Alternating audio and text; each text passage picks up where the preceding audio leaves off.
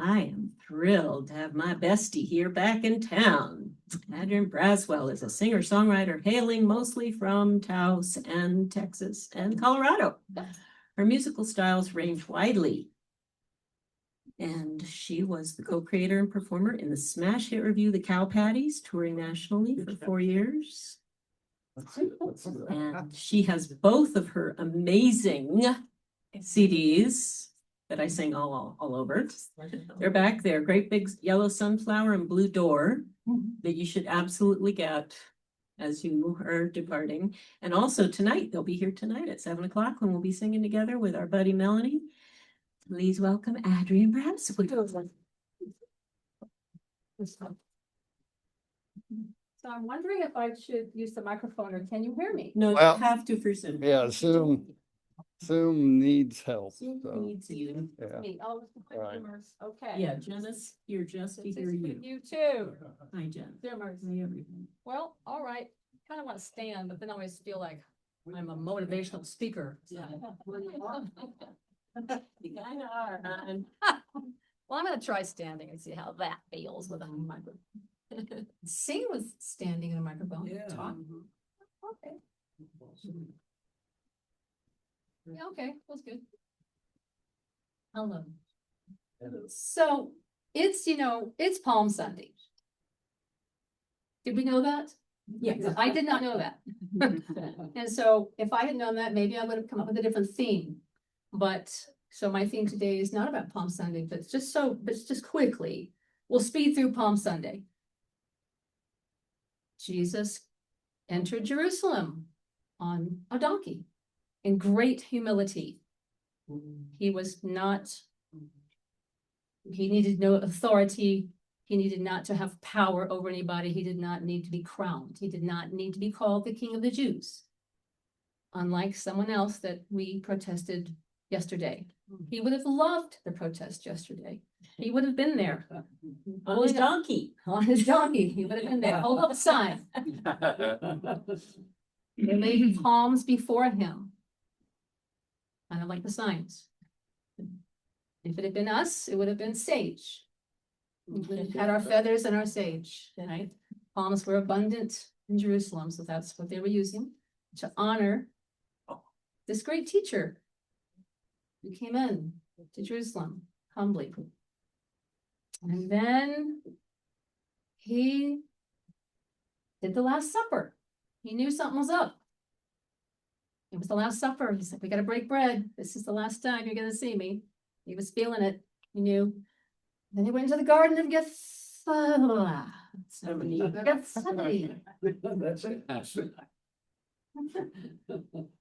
And he was quite distraught because he was worried. He was human and he was not feeling down with what was going to happen. He felt it was going to be bad. And he wasn't sure about this anymore and very uncertain. And he struggled with that. He was tempted. You can have all the power you want. He didn't go for it. He was still distraught though. And then an angel came to him and comforted him. It didn't actually come and save him from his fate, but it did come and comfort him. And then he was arrested a few days later, and then we know what happened. And next year year after year after year. Next weekend will be Easter, and you'll have a great speaker about all that. And the bunnies will be hiding the eggs. And maybe we'll even hear about Ostara and Eostre, the goddess Easter. Maybe we'll hear about that. I don't know, but what I'm interested in today is the angel. It's the angel that comforted him. Because I wanted to talk about angels today. Because I wanted to have some fun, something quirky and different. So I sped through that. Yay! Yay, Jesus. My mother loved Jesus. She loves Jesus still. And quoted him often. And she used to think that he said, entertain all strangers with kindness because you never know when you're entertaining an angel. And she thought he said that. And why not? He could have said that. It's in the New Testament there. And I always remembered that. Always be kind to everybody. You never know. You may be entertaining, it may be someone you disagree with entirely. Politically, they may be an angel. At least a teacher. At least a teacher in some way or another. And so we're angels. Angels are humanoids with wings. That's how we see them today. We need to see them that way. I at least am a very, I struggle with thinking, dualistically. I know that that's not the only way to look at things in a dualistic manner, to reach outside myself for help. But then why not? I think we all do that and want that and need that. Somehow we've evolved, somehow with our helpers, with our angels, with our guides, with our deities, our benevolent deities, and even the malevolent ones, even the wrathful ones that, like, come on, wake up. They're the wrathful ones too. Our spirit guides, our ancestors. I talk to my ancestors. Some I don't even know. I don't know who they are, but I always specifically do try to summon the ones that were of goodwill in their lives, the ones I'm connected to. And I have a few that I know that I talk to now. Trees. I talk to trees. I talk to hawks. I talk to everything. I talk to all of the nature and all of the elements of nature. But I always also talk to the angels, the ones I imagine with the wings. I didn't do that for a while. About 20 years ago or so, I was going through a pretty hard time. The only hard time in my life. And it went on and on and on and on for quite a few years. I was pretty stressed out and exhausted from it, exhausted from caring so much for the welfare of this person that I loved more than life itself. And it was exhausting. And I was always worried. There were some good times too, but as a mother, I was quite concerned. And a friend came to me and she said, you need to talk to Michael. And I said, nah. It's okay. I need to talk to Michael's like the big dude with the sword and the muscles. Soldier, the chief of the angels. She said, yeah, that's who it is. You need to talk to Michael. I said, well, why not Gabriel? Why not Raphael? Why not Uriel? They're all good. You need Michael. Well, okay, I'll try anything anymore, right? And, as a feminist and a lesbian, I thought, why does it have to be guys? But man, do I need that guy at that time. I needed that guy. And I didn't realize it, but I needed that male energy to help me with male energy. And so I started talking to Michael. And we became friends and we got along pretty well. And I summoned Michael whenever I needed Michael. And there was a connection, there was a relationship, there was a conversation going on. And, it was working out. But I had my doubts. I had my arguments with it all. One day I was hiking up in the Kit Carson Hills there, and I was going through a pretty hard time. And I went up and I was looking out at this beautiful valley of Taos. And I was like, I need to know that you're like real.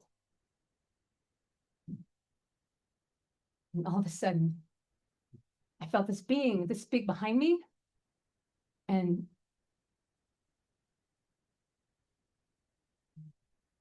around me like that. Like a cloak, like a cloak of wings or something like that.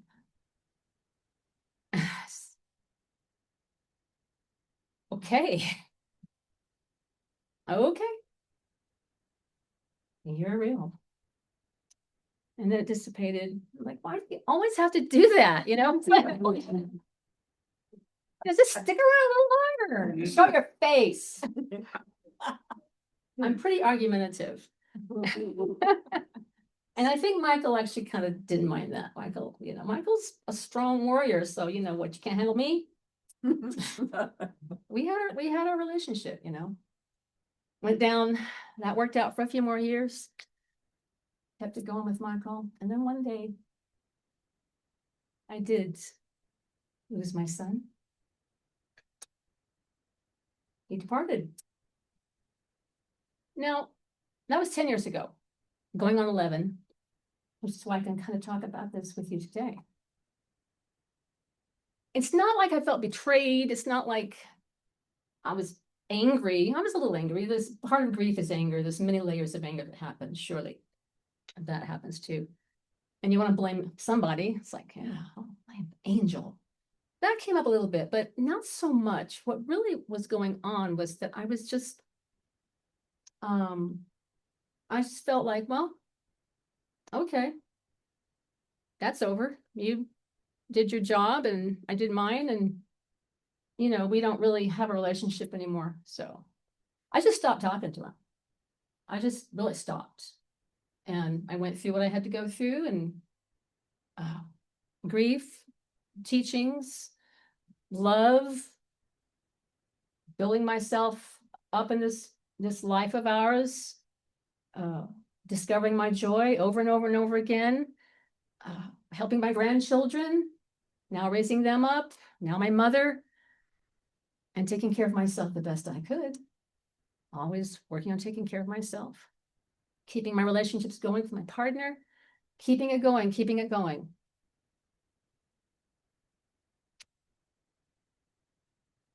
And then last year, I was going through kind of a hard time. I was lying there in bed, and I'm very vocal, I'm a singer, so, and I talk to myself all the time, and I talk out loud, and I just very sarcastically said, "Well, are you still there?" And I didn't know I was going to do that. It just like came out of me. And then I fell asleep. And so the next morning, I got a card in the mail. Don't get cards in the mail anymore. Don't get letters from people. And it was from my friend Joy. And I opened it up, and there was this photograph of this angel. And it's an antique, kind of like a Santero, carved wood angel with a very fierce face and a big crack down its core, like as if it had almost been broken, or maybe had been put back together, because it had broken, kind of like me. I had pretty broken at my core, but put back together.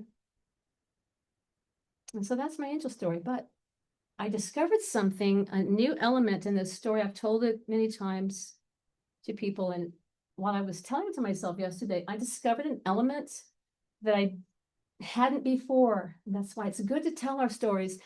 I don't think it's good to relive our stories over and over, but in the telling of our stories, we can we can grow with our stories, and we can let go of them. We can let go of their power by just, allowing it to be a story. But this new idea came up that really helped me. And I realized just yesterday that when I asked, "Are you still there?" I was asking myself, "Am I still here?" Oh, I knew that.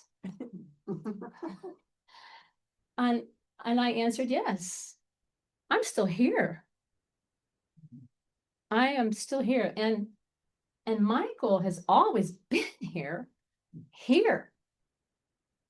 right here.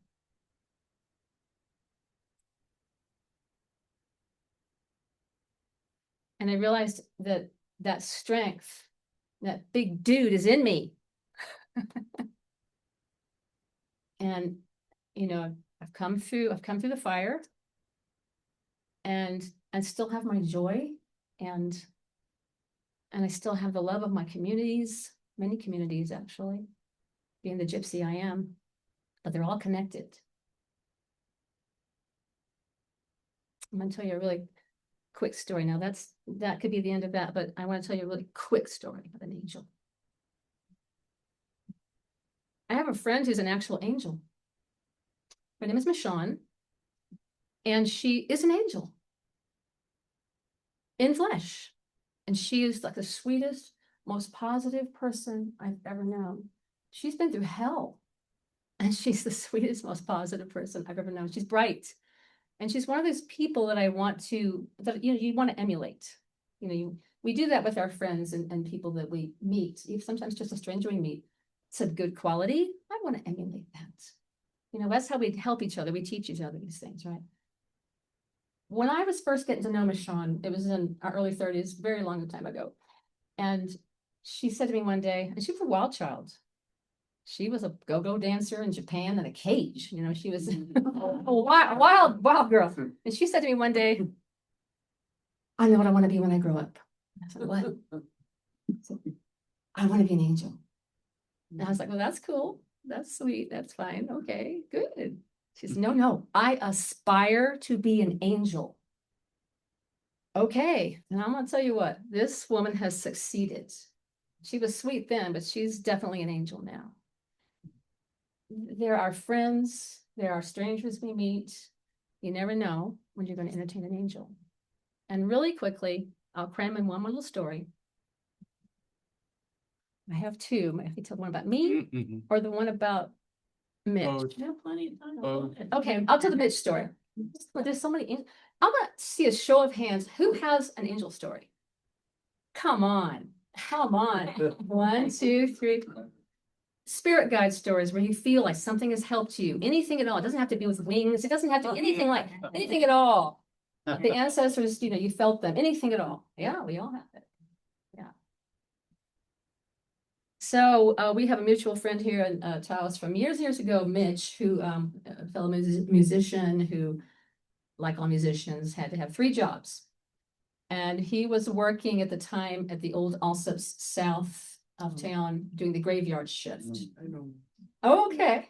I know the story. I wonder if, okay, good, because I want to see if you know the same story I know, because it's all ninth hand. So the story that, oh, good. I want to ask you how he is in a minute. Just retired. He just retired. Okay, good. So, Mitch was doing the graveyard shift. He used to tell people it's just a matter of time before I get held up. And he did. And he was shot 9 times. They all hit him. All 9 bullets got into his body. And while he was in the helicopter, an angel came to him. So he says in his, state of being that he was in, he said, an angel came to me. And the angel referred to itself as we and said, don't worry, we caught all the bullets. Is that the story you know? That sounds familiar. And I love that story because, for one thing, that the angel referred to itself as we. And I'm just seeing it as a Marvel character, Marvel Comics, And so I guess it's a contract that you have with your angels, and when time's up, but you have this contract going on or something. So one time I was, I was driving down I-40, very difficult interstate. I don't like I-40 at all. I was leaving Albuquerque, headed to Santa Rosa, and it started to snow a little bit in the canyon, and it's just nothing but diesels. Nothing but it's like you're in a train. And it was snowing a little bit, and I was like, oh, okay, I gotta get around this diesel. I had to get around this other one too. I wasn't going that fast, so I thought, and I was coming out of the canyon, the clearing was happening. I could see the other side of interstate and the traffic coming that way with the median in the middle, right? Getting around, and my car slid on black ice and went all the way around to the other side. And in my lane, and then I slid sideways into the median, which was already filled up with snow. And I was just plunked in the snow, facing the other way. And the diesels are going by, and they're going by that way, and they're going by this way, and they're going by that way. And I'm thinking, I gotta get out of here. I made it this far. Now I got to get back on the interstate. I've got to get back on. So I did, and I slowly got back on as soon as I saw clearing. And I went around to the left lane of the two and got in and picked up a little bit of speed. Didn't want to slide again, and thought to myself, I got to get in the right lane because I'm slow. So I did. And it was like 10 seconds later that the diesel up in front of me was stopped. So I was going slow enough that I stopped too, and praying that the ones in back were going to slow down and not cram into me. Slam. And they were slowing down. In the left lane, this other big truck was going really fast and boom, right by me. So if I had been in my left lane, it would have slammed into me. And I'm stopped behind this, and as soon as it went by me, I heard crunch. And what had happened was about a 50-car pileup and trucks right in front of me. And we were in that line for 8 hours, waiting for it to be cleared and EMS and all that. A lot of people died. And I'm behind this truck all day, and it said AF moving, A and F moving, A and F. That's all I could see was A and F moving, AF. And I had my flip phone for the first time, so I was in love with my new flip phone and my first cell phone. And I was calling all my friends and decorating my car and making altars, for the people. I was doing that. And, we all walked out, and this one guy in this big truck got out and came to my window. He said, I saw you pull up, I saw you swirl over in that medium there. We were hoping you'd get back on because we knew what was up ahead. But we were hoping you'd get in that right lane because I didn't know if the other, yeah, right. It's like, yeah, we saw you. And, we all looked around, and I mean, they were all curled around each other, trucks, and I couldn't believe this thing. So I had to spend the night. I made it back to my family in Texas. And the first thing I had to do when I arrived was call AT&T. So I had to pay a late bill. And I'm on the phone, and I'm waiting for a real voice. And while I'm waiting, I said aloud, like I do, I said, wow, I wonder if there really are angels. Because I was really lucky. It's like I had an angel or something. And right away, the voice came on, hello, this is Angel. This really happened. Can you imagine how startled I was? Yeah. I was just asking you. And I said, well, you mean not Angel? You don't say Angel, because that's a name. He said, well, no, but I say Angel because they can't say Angel, so I say Angel. I said, well, what's your last name? Can I ask? Angel Flores, A&F, right? That's my way of seeing things in another way, right? So pretty cool, huh? Angel stories. No, thank y'all for listening to my stories. Play us a song, Adrienne.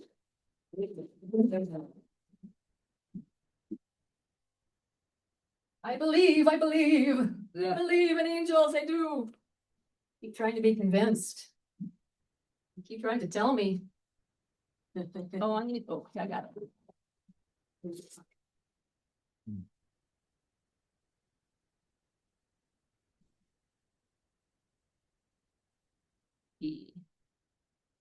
Here, maybe.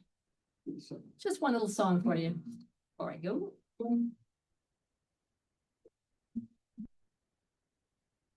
This is a song that Yoko Ono wrote. It's very dark. It's actually not. It's really hard to believe she wrote this one. She wasn't that dark. She wasn't dark.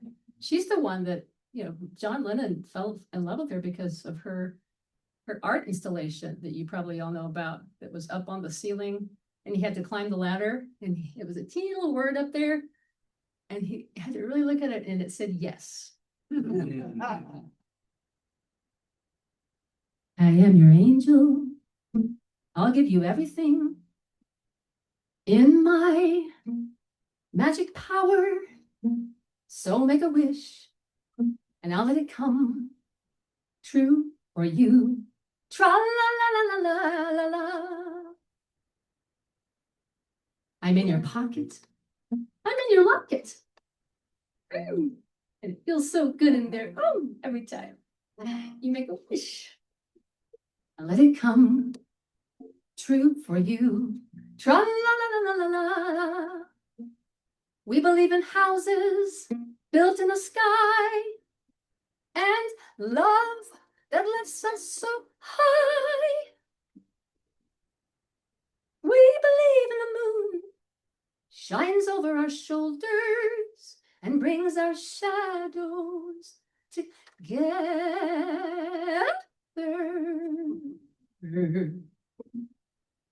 Happy birthday, everybody.